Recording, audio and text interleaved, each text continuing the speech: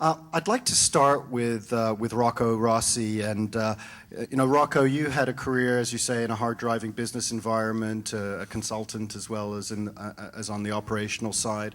What aspects of that really best prepared you for your work at the Heart and Stroke Foundation?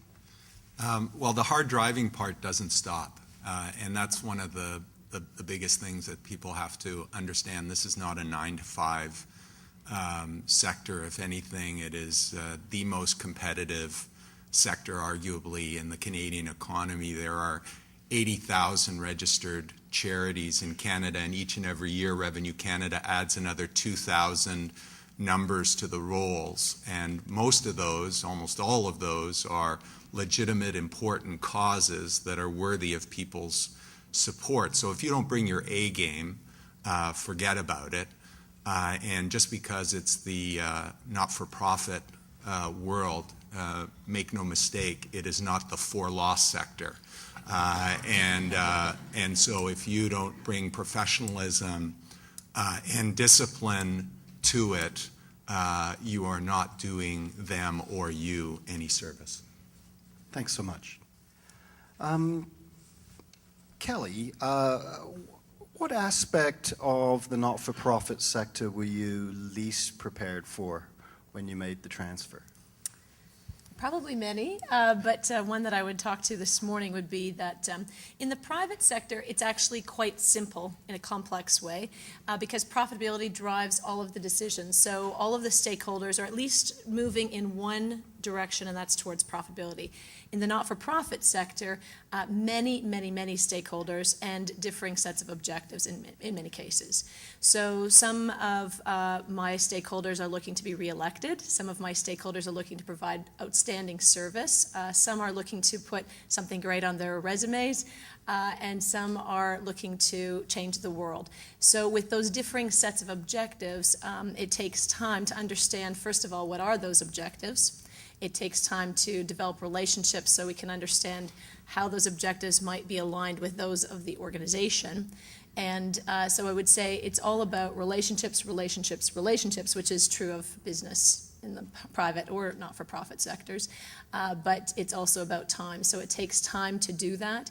It takes time to understand those folks, why those are their sets of objectives, and how we slowly move them towards one set of objectives and marshal the resources so we're all moving in the same direction.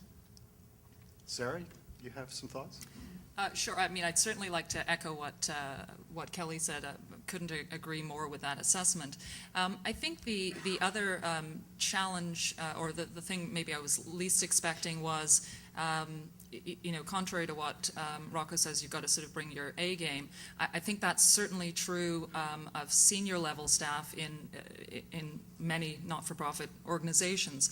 But one of the things that I didn't necessarily expect was that sort of lower level staff may not share that understanding that working in the not-for-profit sector means that you have to bring your A game. So, for some people, and I hate to make a generalization, but many people who want to work for a not-for-profit assume that it's a 9 to 5 job, it's sort of low stress, you're sort of compromising less pay for less stress, less demands on your time and your energy.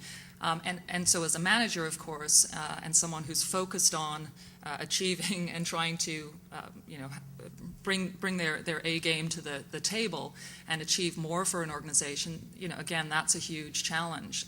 And certainly, when I came to the Academy, I had a much more private sector sensibility than my predecessor. And so, I wasn't expecting how much time I'd have to spend in re-educating the team on what are acceptable levels of performance, and and at the same time, I mean, obviously you have to empower if you're making those demands. But my sense is that in not-for-profit, that's something that is quite a widespread phenomenon that people don't appreciate. This isn't just a job you can sort of cruise through. Thank you. Paul, you've been a chief executive officer for business in the business world. You understand command and control issues. In the not-for-profit sector, we have volunteers, and they play important roles in the life of an organization. I'd like you to reflect a little bit on about how that shifts and changes the leadership dynamic in an organization. Well, there's the now famous quote from Winston Churchill said, you make a living by what you get and you make a life by what you give. And I think so many people, baby boomers, teenagers, I mean, just about everybody from every walk of life, in some way or another gets involved in a volunteer role at some point. And it's usually because they've got a cause which has touched them personally, and they want to, do something to get involved and try to help out. Volunteers, dealing with volunteers is both the best part and the most challenging part, I find, of the work that I do every day. It's very difficult coming out of the private sector where everybody lines up behind, here's the profit, here's the return on capital, here's the share price, whatever those metrics are. Because when you go to the not-for-profit world and you're dealing with volunteers, very difficult to tell a volunteer they're wrong. They're giving their time, their effort, their passion. And in so many ways, volunteers add so much. Really, volunteers, the not-for-profit community is built on volunteers. I mean, all of us work for organizations, and we're all fortunate to be employed in organizations where we can use our own passion and emotional capital, but volunteers give it themselves.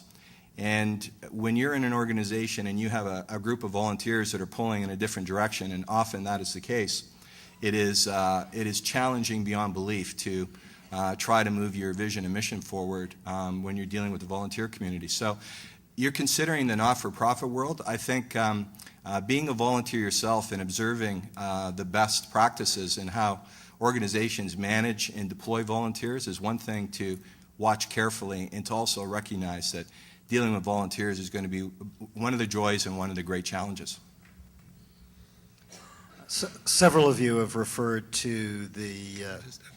sorry? Could I do just Sure. a quick follow-up? Because I have a slightly different take or an add-on to Paul's statement. First of all, Kelly was being very polite in her earlier words. One of the potential stumbling blocks for a senior executive going into the not-for-profit are volunteer boards, because they are passionate about the cause, and they can't help themselves. They want to get involved in everything. And the line Now you're being kind. and the line between governance, oversight, and management is often crossed, and it will lead to some of your most difficult days. It certainly were some of my most difficult days.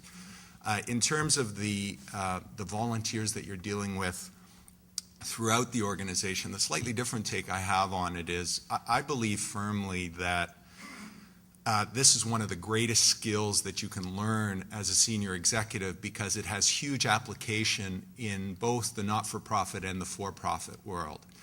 And that is because in the for-profit world, in the war for talent, the best people are not in your organization for money. Money is there, it's table stakes, you need it, but for the best employees, they want recognition, they want involvement in decisions, and they want a sense that they're part of something bigger than themselves. The three identical things that volunteers in the not-for-profit are doing. The top employees in the for-profit world are what I call voluntemp-ployees. They're temps, but the temp nature of their stay is determined by them and no longer the company, because these people move back and forth. So learn how to lead with those three elements of recognition in non-financial ways, of involvement in decision-making, and in inspiring people to be part of something bigger than themselves, and you will keep the best talent, whether it's in the not-for-profit or the for-profit. Thank you.